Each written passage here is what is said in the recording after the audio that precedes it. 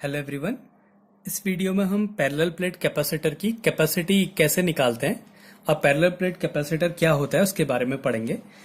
तो जब हमें किसी प्लेट की कैपेसिटी को बढ़ा देना है, अगर हम चाहते हैं कि कोई प्लेट ज़्यादा से ज़्यादा चार्ज को स्टोर करे, तो हम वहाँ पे पैरेलल प्लेट कैपेसिटर यूज़ करते हैं। अब देखेंगे कि कैसे पैरेलल प्लेट कैपेसिटर से किसी की कैपेसिटी इंक्रीज हो जाती है। तो हमें पता है जो कैपेसिटी की वैल्यू होती है, फॉर्मूला होता है C equals to Q upon V होता है। मतलब अगर हमने किसी की कैपेसिटी इंक्रीज करनी है तो हमने पोटेंशियल को डिक्रीज करना होगा। अगर हमें किसी प्लेट की कैपेसिटी इंक्रीज करनी है तो पोटेंशियल डिक्रीज करना होता है। तो पैरेलल प्लेट कैपेसिटर में क्या होते हैं, दो प्लेट्स होती हैं। ये प्लेट्स, इन प्लेट्स को क्रॉस करके एक दूसरे के पैरेलल लगाया जाता है ऐसे। अब जब पैरेलल लगाया जाता है तो मान लिया ये थोड़ा सा इसको बड़ा करके देखते हैं, ये हमें क्रॉस साइड दिखाई दे रही है उस प्लेट की। ये एक प्लेट है और ये दूसरी प्लेट है। ये दूसरी प्लेट है। ये एक, इस प्लेट को हमने चार्ज देना है, हमने इस प्लेट की कैपेसिटी बढ़ानी है, तो हम इसके पास में एक प्लेट रखते हैं। अब क्या है, हम इस प्लेट को क्यू चार्ज दे रहे हैं। इस प्लेट को मान लिया नंबर ले लेते हैं, इस प्लेट को हम क्यू चार्ज दे रहे हैं और इसका पोटेंशियल 100 है। माना इस प्लेट का जो पोटेंशियल है वो 100 वोल्ट है। अगर हमने इसकी कैपेसिटी इंक्रीज करनी है तो इसके पोटेंशियल को अगर हम डिक्रीज कर दें तो इसकी कैपेसिटी इंक्रीज हो जाएगी।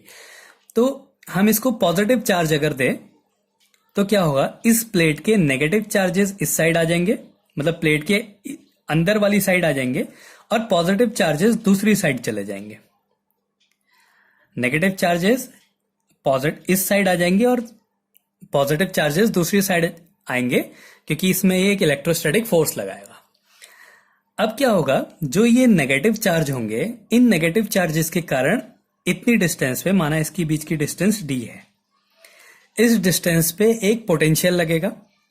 इस चार्ज के कारण, इन नेगेटिव चार्जेस के कारण इस प्लेट पे एक नेगेटिव पोटेंशियल होगा। हमने पढ़ा है कि जो v की वैल्यू होती है 1/4πε0 q अपॉन r होती है। जितनी ज्यादा डिस्टेंस होगी पोटेंशियल उतना कम होगा, और q की वैल्यू उसके साइन के साथ लेंगे। तो नेगेटिव चार्ज के कारण इस प्लेट पे एक नेगेटिव पोटेंशियल पड़ेगा। माना वो पोटेंशियल है -40 इसके कारण। अब ये नेगेटिव प्लेट के कारण यहां पे पोटेंशियल है, तो इस पॉजिटिव साइड के कारण भी पोटेंशियल होगा। तो नेगेटिव साइड से पॉजिटिव साइड थोड़ा दूर है, मतलब इस प्लेट की पॉजिटिव साइड के लिए जो डिस्टेंस है वो नेगेटिव से ज्यादा है। ये डिस्टेंस कम है और ये डिस्टेंस ज्यादा है, तो इस पॉजिटिव के कारण यहां पे जो पोटेंशियल होगा वो थोड़ा कम होगा। माना ये पोटेंशियल है -10 +10 वोल्ट। अब इस प्लेट का टोटल पोटेंशियल क्या हो गया, 100 - 40 60 और +10 70 हो गया। तो हमने पहले पोटेंशियल किया था 100, अब पोटेंशियल क्या हो गया इसका 70 हो गया। हमने क्या कर दिया, पोटेंशियल को कम कर दिया, -40 इसके कारण और +10 इसके कारण। तो हमने इसके पोटेंशियल को कम कर दिया। अब अगर हमने और कम करना है तो हम क्या करते हैं, इसकी ये वाली प्लेट को अर्थ से कनेक्ट कर देते हैं। अब अगर हम इसको अर्थ से कनेक्ट कर दें तो ये पॉजिटिव चार्जेस क्या होंगे, अर्थ में चले जाएंगे। तो अब ये पॉजिटिव चार्जेस के कारण यहां पे कोई पोटेंशियल नहीं है, क्योंकि ये चार्जेस हैं ही नहीं, हमने इसको न्यूट्रल कर दिया है। तो ये जो 10 वोल्ट का पोटेंशियल है पॉजिटिव चार्ज के कारण, ये कम हो गया। तो अब नेट पोटेंशियल क्या हो गया, 60 वोल्ट। तो इस प्लेट के कारण, इस प्लेट को इसके पास लाने पे हमने क्या कर दिया, इसका पोटेंशियल डिक्रीज कर दिया। इसका पोटेंशियल डिक्रीज कर दिया का मतलब इसकी कैपेसिटी, इस प्लेट की कैपेसिटी हमने इंक्रीज कर दी। तो ये है पैरेलल प्लेट कैपेसिटर का कॉन्सेप्ट, कि हम एक प्लेट के पैरेलल एक दूसरी प्लेट रखते हैं, जिससे क्या होता है, इस प्लेट का जो कैपेसिटी है वो इंक्रीज हो जाती है। इसीलिए हम क्या करते हैं, इसके पैरेलल में एक प्लेट रखते हैं। तो इसी को क्या बोलते हैं, पैरेलल प्लेट कैपेसिटर बोलते हैं। अब इसकी कैपेसिटी क्या होती है, अब हम इसकी कैपेसिटी का फॉर्मूला पढ़ते हैं। तो इसको मैं, ये इसका कॉन्सेप्ट था कि पैरेलल प्लेट कैपेसिटर से हम कैपेसिटी को कैसे इंक्रीज करते हैं। अब उसकी कैपेसिटी होती क्या है, ये एक प्लेट है जिसको हमने पॉजिटिव चार्ज दे दिया, ये एक प्लेट है, इसकी जो अंदर साइड वाली प्लेट होगी वो नेगेटिव है, इनके बीच का डिस्टेंस d है, इन दोनों प्लेट्स के बीच का जो डिस्टेंस है d है, और इसको हमने अर्थ से कनेक्ट कर रखा है। तो यहाँ पे जो इसका हेडिंग है capacity of parallel plate capacitor है। अब हमें पता है जो C होता है कैपेसिटी होती है वो Q अपॉन V होती है, माना इसका चार्ज है Q अपॉन V। अब हमने पहले एक फॉर्मूला पढ़ा था electric field as negative gradient of potential, ये पढ़ा था। तो वहां पे dV अपॉन dr था, तो बड़ा फॉर्म ले लिया इसका और माइनस साइन को छोड़ दिया, तो ये क्या हो गया equals to V upon D. तो यहां से V की वैल्यू क्या आ जाएगी E इंटू डी। तो इसको एक इक्वेशन ले लेते हैं। अब V की वैल्यू क्या होती है E इंटू डी, जहां पे D क्या है डिस्टेंस है और E क्या है इलेक्ट्रिक फील्ड है उस चार्ज के कारण। ठीक है, अब एक प्लेट के लिए एक सरफेस चार्ज डेंसिटी Q की वैल्यू होती है sigma A। Surface charge density sigma equal to होता है Q अपॉन A। अगर हम इन दोनों वैल्यूज को इक्वेशन फर्स्ट में पुट कर दें, putting these values in equation first में पुट कर दी, तो C की वैल्यू क्या आ जाएगी, Q की जगह लिख दिया हमने सिग्मा A अपॉन V की जगह लिख दिया हमने E D। एक प्लेट के लिए जो इलेक्ट्रिक फील्ड होता है E इक्वल्स टू होता है सिग्मा अपॉन एप्सिलॉन नॉट। एक प्लेट के लिए जो इलेक्ट्रिक फील्ड होता है सिग्मा अपॉन एप्सिलॉन नॉट। तो हम यहाँ पे E की वैल्यू लिख देंगे सिग्मा अपॉन एप्सिलॉन नॉट। तो C equals to sigma A upon E की वैल्यू हो गई sigma upon epsilon not into D. इससे ये कट गया और ये ऊपर चला जाएगा, तो ये हो जाएगा epsilon not A upon D. C equals to epsilon not A upon D. तो जो पैरेलल प्लेट कैपेसिटर है उसकी कैपेसिटी उसके प्लेट के एरिया पर डिपेंड करती है। जितना ज्यादा एरिया होगा उतनी ज्यादा कैपेसिटी होगी, और उनके बीच की डिस्टेंस पे भी डिपेंड करता है। जितनी ज्यादा डिस्टेंस होगी उतना कम कैपेसिटेंस होगा। तो ये हो गया capacity of parallel plate capacitor. अब क्या है दूसरा केस है when a dielectric slab dielectric is placed in the spacing between plates।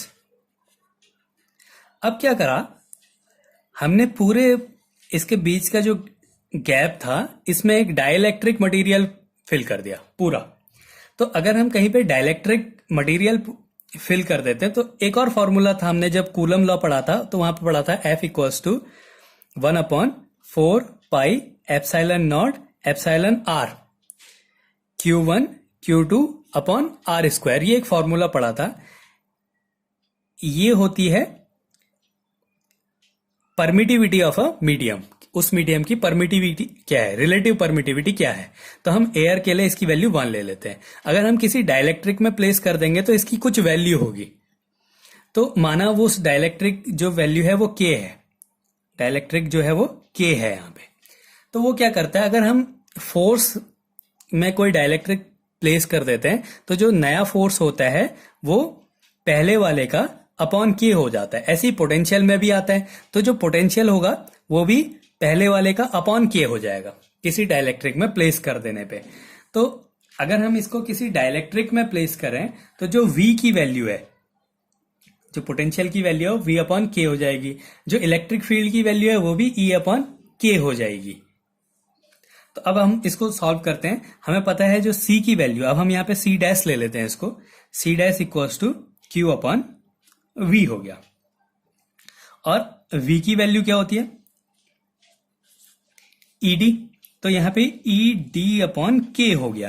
Potential क्या हो गया, पहले वाले का अपॉन K हो गया। ठीक है, और Q इक्वल्स टू क्या होता है सिग्मा A होता है।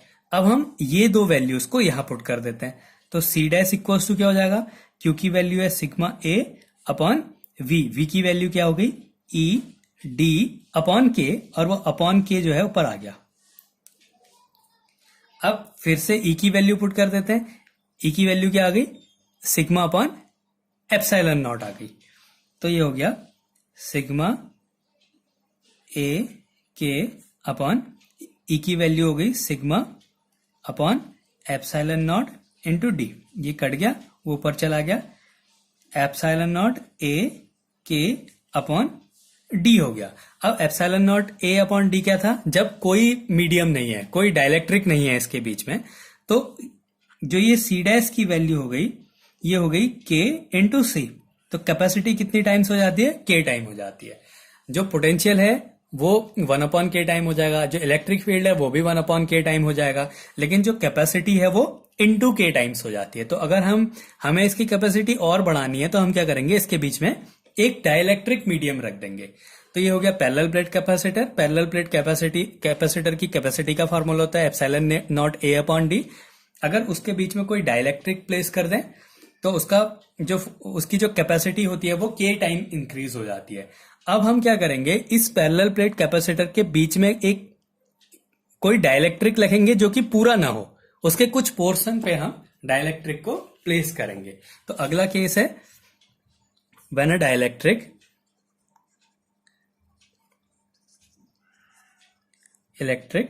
is placed between plates, ये not filled completely। हम इसको पूरा कंप्लीटली फिल्ड नहीं है, थोड़ा सा है।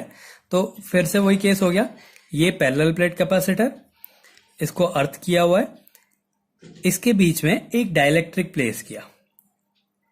वहां पे हमने एक में खाली था, दूसरे में पूरा भर दिया था। इस डाइलेक्ट्रिक की जो थिकनेस है वो टी है माना, और इनके बीच की जो डिस्टेंस है प्लेट्स के बीच की वो डी है।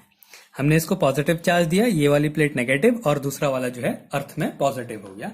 अब हम इस केस में क्या करेंगे, तो जब कुछ नहीं है इसके बीच में तो हम उसको लेते हैं ई नॉट। जब कोई डाइलेक्ट्रिक नहीं है तो ई नॉट की वैल्यू क्या होती है, sigma upon epsilon not. Sigma की वैल्यू होती है क्यू अपॉन ए, तो हम ई को लिख सकते हैं Q upon epsilon not a. Sigma की वैल्यू होती है क्यू अपॉन ए, तो ई नॉट की वैल्यू आ गई Q upon epsilon not a. अगर कोई डाइलेक्ट्रिक प्लेस है उसमें तो ई की वैल्यू क्या हो जाएगी, जब प्लेस्ड है डाइलेक्ट्रिक, यहां पे नहीं है यहां पे है, तो ई की वैल्यू क्या हो जाएगी, अपॉन के हो जाता है, तो क्यू अपॉन एप्सिलॉन नॉट के ए हो गया। अब पोटेंशियल का फॉर्मूला क्या होता है, V equals to E into D होता है, V equals to E into D. तो पोटेंशियल क्या हो जाएगा, E Q upon epsilon not के ए इंटू कितने पोर्शन में है, ये डाइलेक्ट्रिक कितने पोर्शन में रखा है, सिर्फ टी वाले में, तो into T plus Q upon epsilon not a, और ये कितनी डिस्टेंस के लिए है, डी माइनस टी डिस्टेंस के लिए।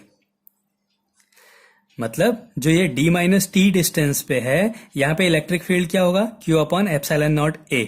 तो हमने डी माइनस टी डिस्टेंस, ये वाली और ये वाली जो होगी वो डी माइनस टी होगी, उसके लिए इलेक्ट्रिक फील्ड क्या है, Q upon epsilon not a. और जो टी थिकनेस है उसकी इलेक्ट्रिक फील्ड क्या है, क्यू अपॉन एप्सिलॉन नॉट के ए। अब हम यहां से कॉमन ले लेते हैं, Q upon epsilon not a common ले लिया, तो ये क्या हो गया, डी माइनस टी, पहले इसको लिख दिया, प्लस टी अपॉन के, D minus T plus T upon के हो गया। ये तो हो गई V की वैल्यू। अब C इक्वल्स टू क्या होता है, Q अपॉन V। हम पुट कर देते हैं इस V की वैल्यू को यहां, तो C की वैल्यू क्या आ जाएगी, Q अपॉन V। V की वैल्यू क्या है, Q upon epsilon not A into D minus T plus T upon के। ये Q से Q कट गया और ये ऊपर चला जाएगा, तो C की वैल्यू क्या हो गई, epsilon not A upon D minus T plus T upon के। ये हो गई उसकी कैपेसिटी। जब एक डाइलेक्ट्रिक को कुछ पोर्शन में डाल देंगे तो उसकी कैपेसिटी ये हो जाएगी। तो हमने 3 केसेस पढ़े, एक डाइलेक्ट्रिक है उसके बीच में कुछ नहीं है, एक पैरेलल प्लेट कैपेसिटर है उसके बीच में कुछ नहीं है, तो उसकी जो कैपेसिटी होती है वो होती है C equals to epsilon not A upon D. अगर हम उसके बीच में पूरा डाइलेक्ट्रिक प्लेस कर देते हैं जिसका डाइलेक्ट्रिक कांस्टेंट K है, ये दूसरा केस है, तो उसकी जो कैपेसिटी होती है वो पहले वाले का k टाइम्स हो जाती है, तो c डैश इक्वल्स टू के सी हो जाएगा। फिर अगले केस में हमने क्या करा, उसी पैरेलल प्लेट कैपेसिटर के बीच में कुछ t डिस्टेंस पे हमने डाइलेक्ट्रिक डाल दिया, जिसका डाइलेक्ट्रिक कांस्टेंट k था, तो उसके लिए जो कैपेसिटी की वैल्यू थी epsilon not a upon D minus T plus T upon के थी। तो इस तरीके से हम पैरेलल प्लेट कैपेसिटर्स की कैपेसिटी को फाइंड कर सकते हैं।